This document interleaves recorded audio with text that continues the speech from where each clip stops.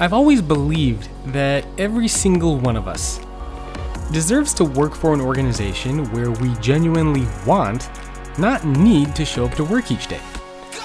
And that the leaders of those organizations actually care about the people who work there and are invested in their success both in the office and outside of it. And when I imagine what the future of work can look like, that's what I think of. And everything I do, every person I meet, and every event that I speak at, all of it, is to spread that message and to help us create a future that we are all proud to be a part of. And of course, I want to have a little bit of fun along the journey.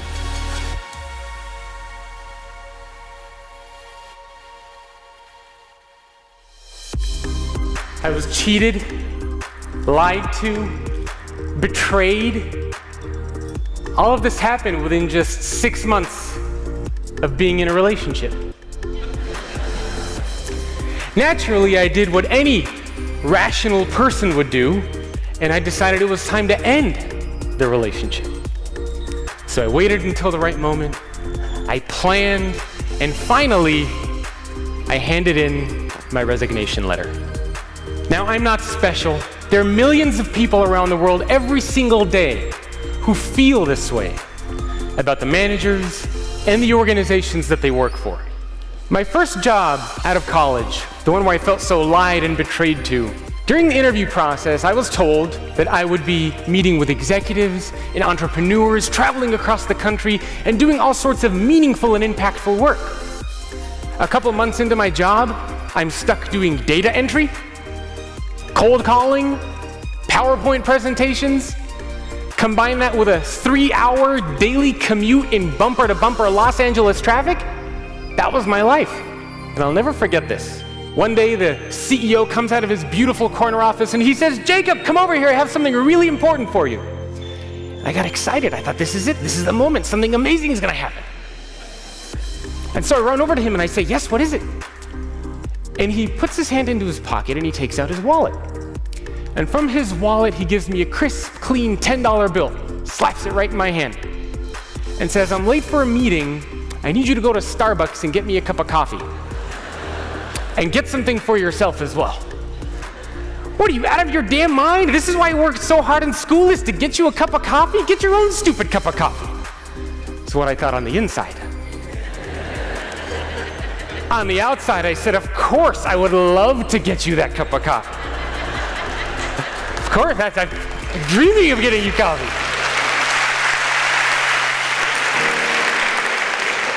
And that was one of the last full-time jobs I've had working for anybody else, and that was around 10 years ago.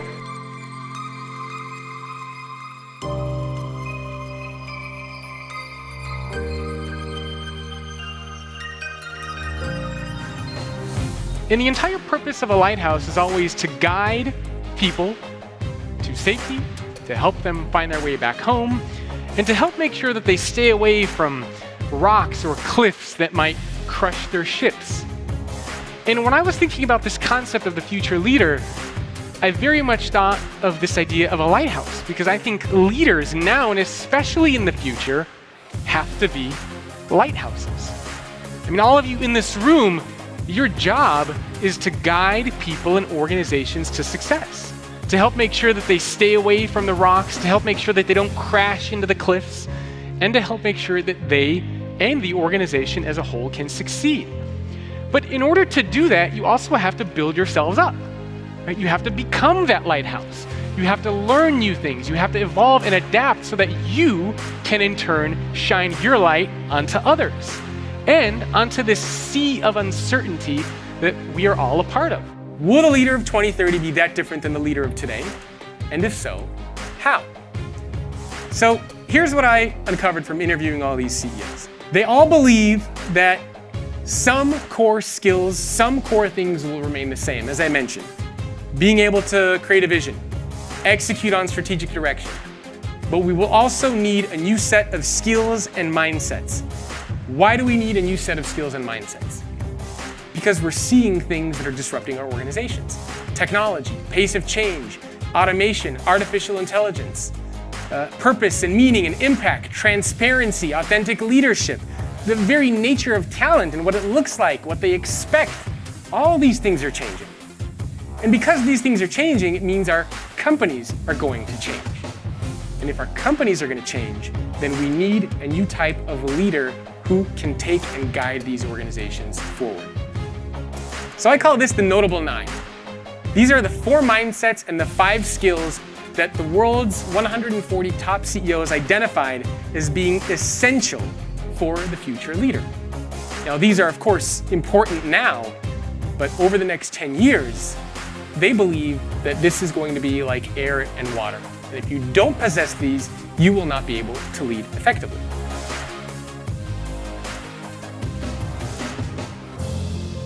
We have all at some point in our lives worked for an organization where we didn't like our job. And we quit, and we went to go work for another organization. And that other organization is in the same industry, it's the same company size, it's in the same geographic location, and we're doing the same type of work. But now, all of a sudden, we love our job. What changed? It's not the work that you're doing, it's the environment in which the work is getting done. It's the culture, it's the technology, it's the physical space. Organizations that can design for those 3 things and build for those 3 things are going to get the organizations where people actually want, not need, to show up to work.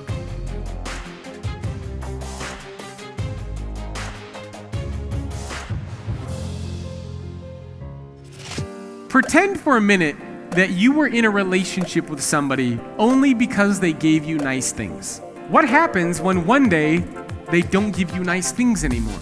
You leave, and the same thing is happening inside of companies. We're so obsessed with giving employees perks and shiny new objects all the time that when we can't do it anymore, employees start to leave. So instead, what we need to do is to create an environment where employees actually want to show up. So if employee engagement is the short-term adrenaline shot, employee experience is the long-term change focusing on the core workplace practices of your company. Organizations always say, we want to empower our people. Everybody always says, we want to empower our employees. But on the first day, employees are already empowered, right? They are already empowered when they show up. And what happens is through outdated ways of working, we disempower them. And we make them less satisfied with work. And then when they get down here, we think, oh, now how do we empower them? It doesn't make any sense. So instead of trying to simply empower your people, it's also important to think about how you can stop disempowering them to begin with. With great power comes great responsibility. But I think the opposite is true. With great responsibility comes great power. And so if you become more responsible, more active, more of a driving force in what you want the future of work to look like, you will have more power. So if you want to future-proof your life, you want to future-proof your career, your organization, I encourage you to think about, what do you want the future of work to look like, and how are you going to make that future happen?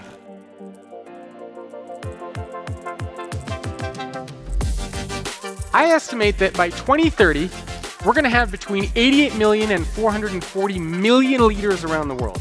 That is, people who are responsible for others. If you kind of want to go somewhere in the middle, we're looking at around 200 million leaders around the world by the year 2030. That is a lot of people.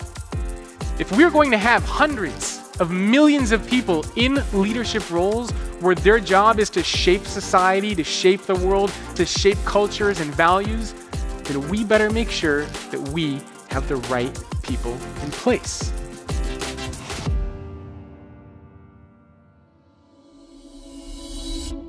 You know, there used to be a time when you could smoke in the office. There used to be a time when you could work 9 to 5.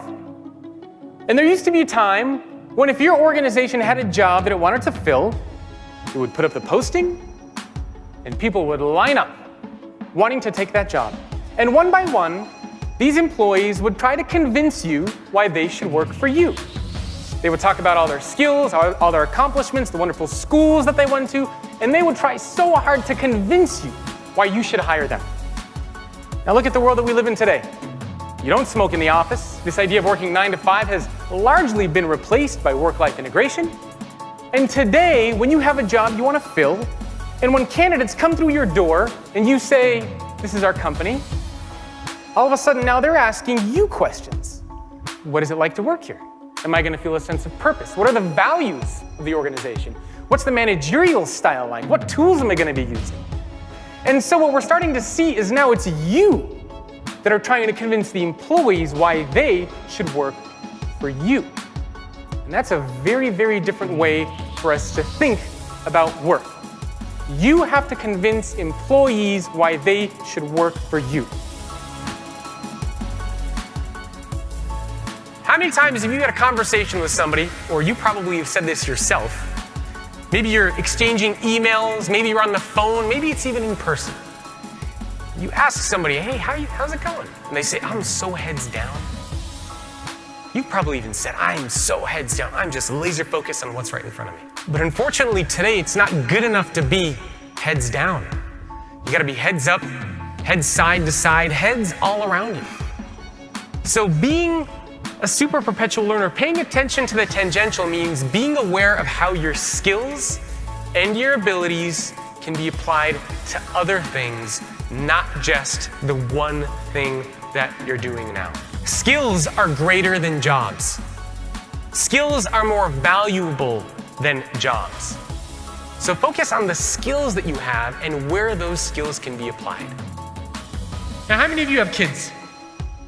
When your child does something that you couldn't do, or when they do something better than you don't look at your child and say, "Ah, how dare you? How dare you do that better than me? I'm your creator." Push him over. You don't do that, I hope. Maybe. You don't. You look at them with a sense of pride and accomplishment and you say, "Oh my God, that's amazing, that's great. I raised you, I taught you, and now look at, you're doing things better than even I could do." How come inside of our companies, when other people get promoted and they become more successful than us, how come we can't do that same thing?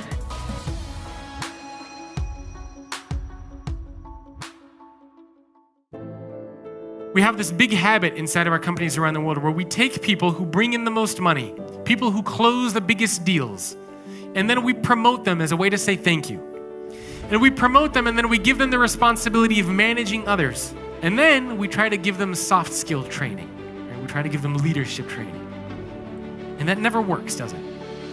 What if instead we took the people inside of our organizations that were good at engaging and empowering and inspiring others, the people that were good at the soft skills, and then we promoted them, and then we give them management training. We teach them how to manage a P&L. We teach them how to delegate. That would be a very different type of an organization. You have to put people in positions of power who genuinely care about others. So what does that mean? A manager should be somebody who believes that their role, their job is to help make other people more successful than they are. What do you think that kind of a company would look like? What if we rewarded those types of people? What if we said, if you help make other people more successful than you and you help other people succeed in this kind of a company, that's what we're going to reward you for. Not for closing the biggest deal, not for bringing in the most money, but by helping make other people more successful at work. That would be a very different type of an organization, wouldn't it?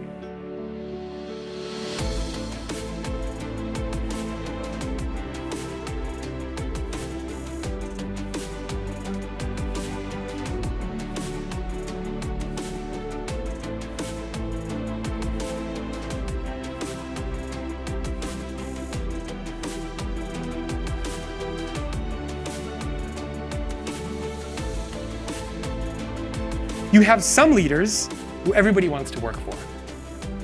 Everybody wants to be on that leader's team. They look up to them, they admire them.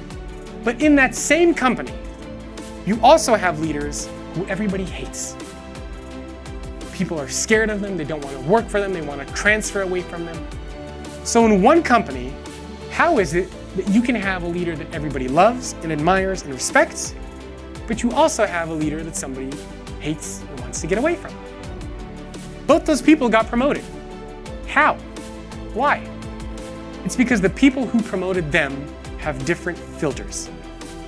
The filters that you have inside of your company will dictate the type of leaders that get promoted. So to set up what those filters are, you need to define leadership and who a leader actually is.